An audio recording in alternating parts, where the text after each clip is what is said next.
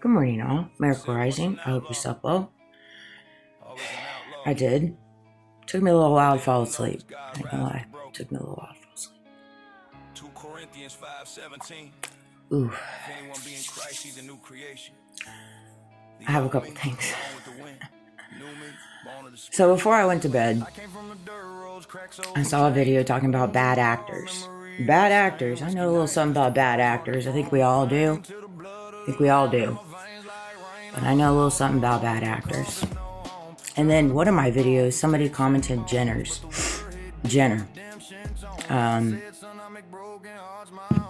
Kris Jenner. That woman.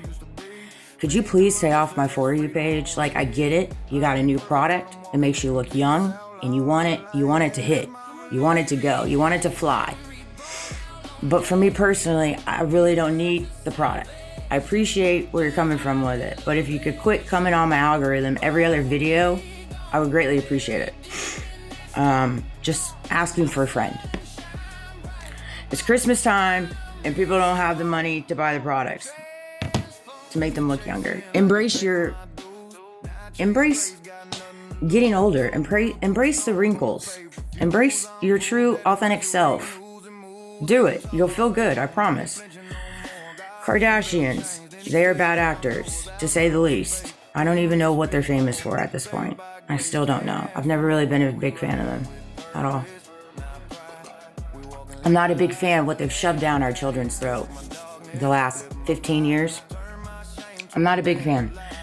That said, I know about bad actors. I can point them out in a lineup. And it's unfortunate because, say you have a lineup of 10, the ratio of bad actors, you're probably going to have 7 to 3. You probably have a solid 7 people that are bad actors, and you're probably going to have 3 people moving and operating in truth, kindness, justice, honorability, and treating people right. That's the ratio, most likely. That's on a good day. I'm being generous with that ratio. It's going to be hard in my little community, my little city, for those bad actors to line up. It's probably going to be 9 to 1. Well-oiled machine. Well-oiled machine. They thought they had a well-oiled machine until there was me. Yeah. I know a little something about mechanics. I know how they operate, to say the least. And here, something came to me immediately when I just woke up. So I think it's Marjorie. Let's see her. I think her name's Marjorie Taylor, if I'm not mistaken. She was on 60 Minutes. I kind of wanted to watch the show. I thought, from what I've seen in snippets of it, yeah, Marjorie Taylor Greene. All right, so let's think about this real quick, guys. All right, well-oiled machine. Marjorie Taylor Greene received death threats. And the verbiage on the death threats was what exactly Poppy T called her, which was a traitor. Which I think is comical. Coming from him, it's like, bruh, that's a pot calling the kettle black there, talking about a traitor. You know what I mean? You kind of boycotted your own cause, and you kind of left us all hanging. So I felt like you kind of traded us. You are a traitor to us all in different ways, but hey, to each to their own. So she received death threats. JD Vance said, we'll investigate it. Good old we'll investigate it. Okay, cool. Candace on an assassination list. They'll investigate it. They didn't even say that to Candace, by the way. Kash Patel went on Megyn Kelly's and was like, we take everything serious. We want to make sure if anybody feels unsafe that they are protected. Scusi. You didn't take me seriously. You didn't take me seriously in all my accounts and all my claims I put in with the FBI. You surely didn't. So about that.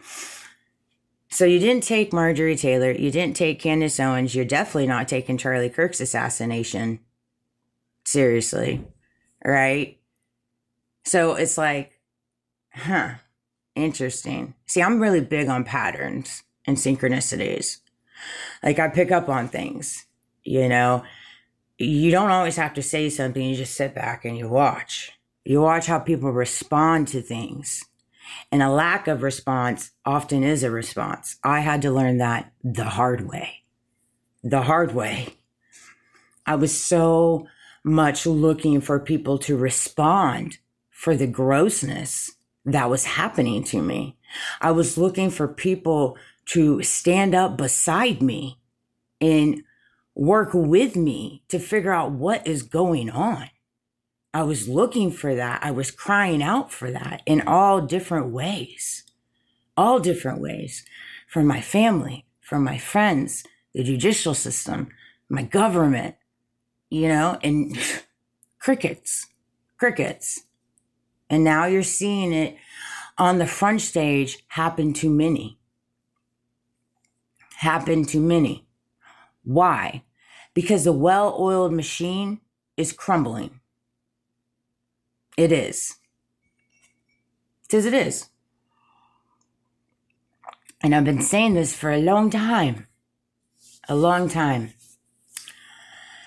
It's funny when people respond to the wrong things. They respond to sending money over to foreign affairs. They respond to all these things, all these other things.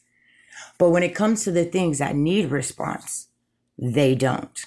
And you have to ask yourself, why? Why don't they? It's a plausible question. I know we're not allowed to ask those questions. I love that freaking episode with Candace. It's one of my favorite. I feel that way.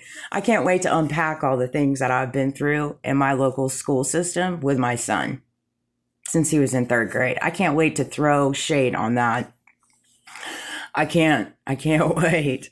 There's going to be a memoir for Amanda. I don't think the world's ready for it.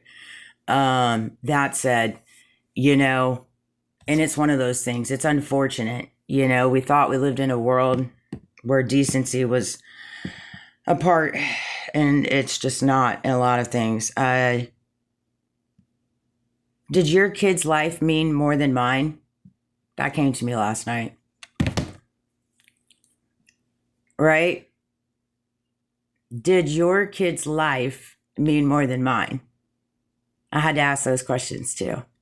When I recognize the patterns and the synchronicities of my son and I being attacked in different ways and him being used against me, against his will. He did not want to. I know he didn't want to. Now I know he was manipulated, coerced too, in different ways, probably paid, you know, dangled that bait and stuff like that. And it's like, you have to ask yourself, when you start recognizing these patterns and synchronicities of things that surround you, particularly if you're in a Truman Show, and you're in, you know, said simulation. And I know Charlie Kirk woke up to it, especially when he sent out a text and said, they're going to kill me tomorrow, to the guy that went on what's his face's podcast, the head of security, and just gave us a bowl full of lies. And Charlie Kirk literally sent you a text the day before he died, they're going to kill me. I got to that place too, you know, where it was like, dang, they're really trying to kill me.